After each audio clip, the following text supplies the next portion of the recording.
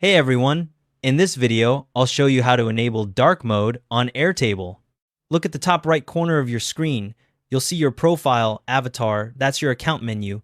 Click on it and a drop-down menu will appear with your account options. In that drop-down menu, look for the appearance or dark mode setting. Click on it. You'll see a choice between light mode, dark mode, and using your system settings. Select dark mode. The entire Airtable interface will switch to dark mode immediately. Dark backgrounds with light text across all your bases, tables, and views. The settings saves automatically and persists across sessions, so it'll stay that way every time you log in. If you ever want to switch back to light mode or set it to follow your system settings, just return to that same account menu and change the appearance setting. Here's a quick tip: if you notice any display issues with certain elements after switching, refresh the page to clear up any visual glitches.